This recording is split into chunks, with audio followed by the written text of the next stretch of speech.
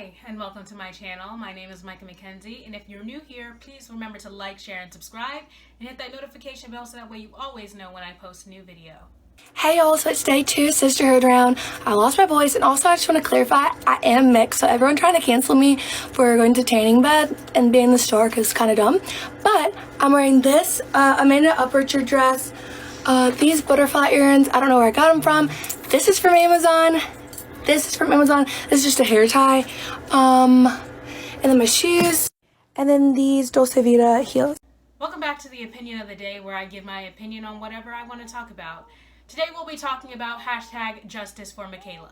So if you've been on TikTok for the past 2 weeks, I'm sure you've come across the hashtag Bama Rush Talk. And if you don't know what I'm talking about, don't worry, I'll fill you in on everything. For those of you who have never come across these lovely ladies on your For You page, Sorority, boom, boom, I wanna go Delta Z, don't you? Boom, boom, boom, boom, I wanna wear pink and green, boom, boom, and rep that turtle too, boom, boom, I wanna go Delta Z, don't you? We really are sisters! hashtag Bama Talk were a bunch of college freshmen documenting the harrowing rush process at the University of Alabama for the historical white Panhellenic Conference sororities.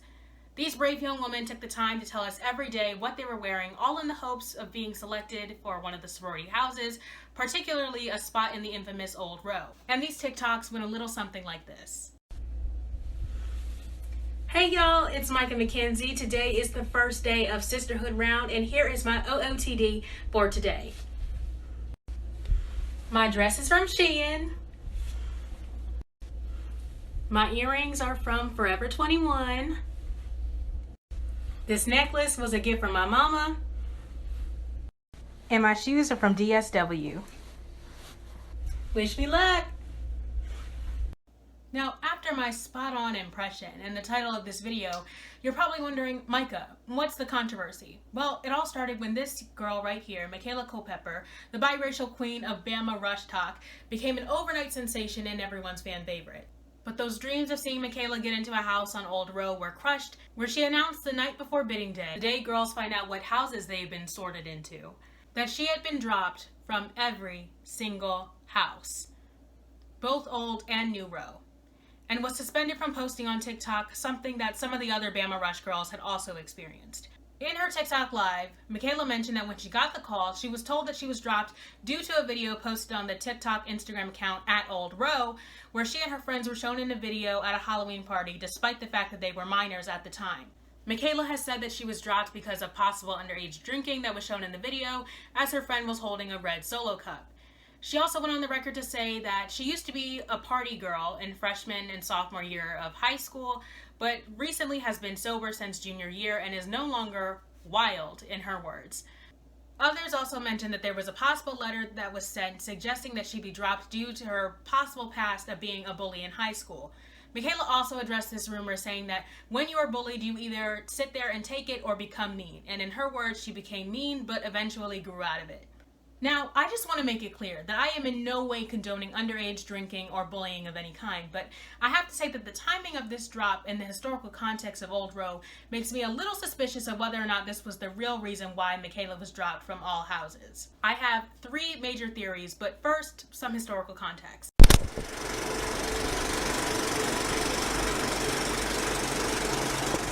So, the University of Alabama is known for being a member of the National Panhellenic Conference and the IFC. Those sororities and fraternities are known to be some of the homes to the most powerful people in the world, including John F. Kennedy, Bill Clinton, Eleanor Roosevelt, and Laura Bush, just to name a few. At the University of Alabama, sorority and fraternity houses are broken up into 2 separate categories, Old Row and New Row. The main difference between these 2 categories are the founding date and whether or not they are sponsored by Budweiser. So basically think of Old Row as old money and New Row as new money. With the oldest sorority in the conference being Alpha Delta Phi's founding date being 1851, it is abundantly clear that these sororities were historically exclusive to white women. It should also be noted that the University of Alabama was forced to integrate their Panhellenic sororities in 2013.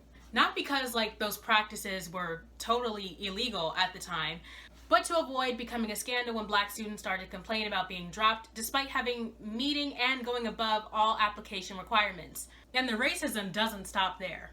Let's not forget the 1986 cross-burning in front of the Alpha Kappa Alpha House, which was home to the Divine Nine, or historically black sorority. And if you thought that was a lot, we haven't even covered the Machine yet. Legend has it that the Machine is essentially all of the historical white sororities and fraternities on campus. Greek life is essential to social life at Bama U, and the Machine practically controls everything that goes on. In the Machine, fraternities and sororities are broken up between top tier and bottom tier. Top tier makes all of the decisions and gets the bottom tier to comply. These decisions can be as simple as who to invite as a guest artist for this year's Spring Fling, or as big as deciding who the next SGA president will be. Trust me, if the Machine wants something done, it'll happen, and to cross them is a big no-no. And of course, the Machine has some alumni members, so you know they had a hand in recruitment this year. It's also interesting to note that some of the former members of the Machine who have talked about their experience on TikTok apparently received cease and desist letters from the Pan-Hellenic Conference. So let's hope I don't get one of those, because I definitely don't have the facilities for that. But on with my theory. Number 1. I think the Machine and the powers that be in the National Pan-Hellenic Conference didn't like the fact that their rush process was becoming the #1 trending topic on all social media platforms. Which is surprising, because unlike the Divine Nine rush process, which is heavily guarded and secretive, this process is much involved and public. Anybody knows who's rushing and where they want to land.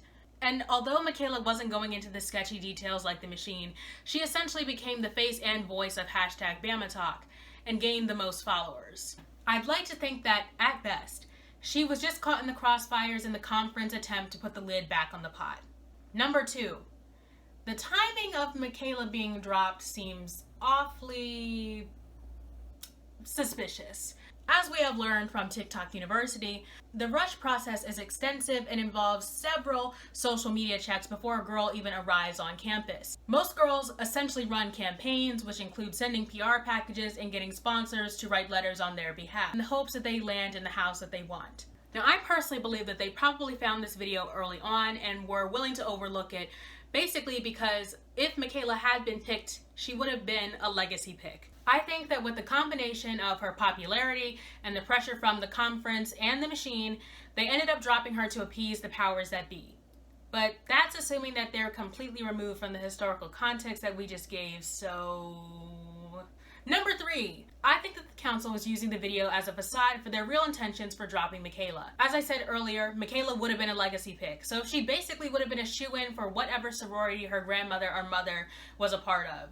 Now, I know that this is 2021, but let's not pretend that Jim Crow was eons ago. The racism from that era is still alive and well, and I'm sure that some of the alumni members would not have appreciated a biracial legacy being a part of this year's class lineup. And many other TikTokers have come to the same conclusion, saying that many of the sororities' rules are outdated, and if they are going to apply to one person, they should be applied to all. Hey guys, sorry for the sudden voiceover, but as I was editing this video, I came across a TikTok of a girl. I'm not sure if she's still in her sorority at Alabama U, but I'm not going to put her name up because if she is, I don't want this critique of Old Row to get her in any trouble. But she essentially made a TikTok talking about the hypocrisy when it comes to the strict rules about social media and what they can and cannot post. And so she made a PowerPoint explaining all of the rules about social media. So 2 of the rules that she highlighted were the fact that they cannot be shown drinking or post any other pictures of people drinking. So no beer bottles, cans, champagne flutes, red Solo cups, none of that. And they cannot post any bathing suit pictures or anything that is risque. However, she talked about how her chapter in particular was very selective over who they chose to give consequences when it came to social media. And she talked about how one picture of her in a floor-length gown got her sent to the standards committee because it was apparently too risque. However, the official Instagram account for the chapter would go on and like these girls' bikini photos or pictures of them at brunch with mimosas and champagne flutes. So it just goes to show that people are very selective of who they choose to give consequences to. And I can only imagine what unintentional biases are at play here for people of color or anyone else who is not the traditional pick for these historically white sororities. Whether you like it or not, Sororities, fraternities, and pretty much colleges at large are greatly associated with underage drinking. It's bound to happen. There are no adults around to monitor what people are doing. And because of that, to me, this doesn't seem like the means for dropping someone completely out of the rush process. I think that this would be more of a side conversation to have with the Standards Committee, especially when a company like Budweiser is your sponsor. I mean, seriously, a beer company sponsors your fraternity or sorority and you're concerned about underage drinking? The hypocrisy and the irony is vapid here. In short, the Pan-Hellenic Conference and historically white institutions at large have a lot of work to do to unravel the racism that is embedded in their founding. And while diversity, equity, and equality training and advisors are great, there has to be a lot of heartfelt work put in. And we may not see those changes as quickly as we want to, but the groundwork for rewiring how people perceive and view race is essential and must be implemented. But in conclusion, if Makayla or any other Black girls or non-white POC members are watching this and you were rejected, I just want to say to you that there are tons of other sororities and fraternities out there that I'm sure would be glad to have you. And you know, rejection is not the end all be all. There are plenty of other opportunities, and I'm sure a lot of you all will get those opportunities because whatever is meant for you is for you, and no one can take it away from you.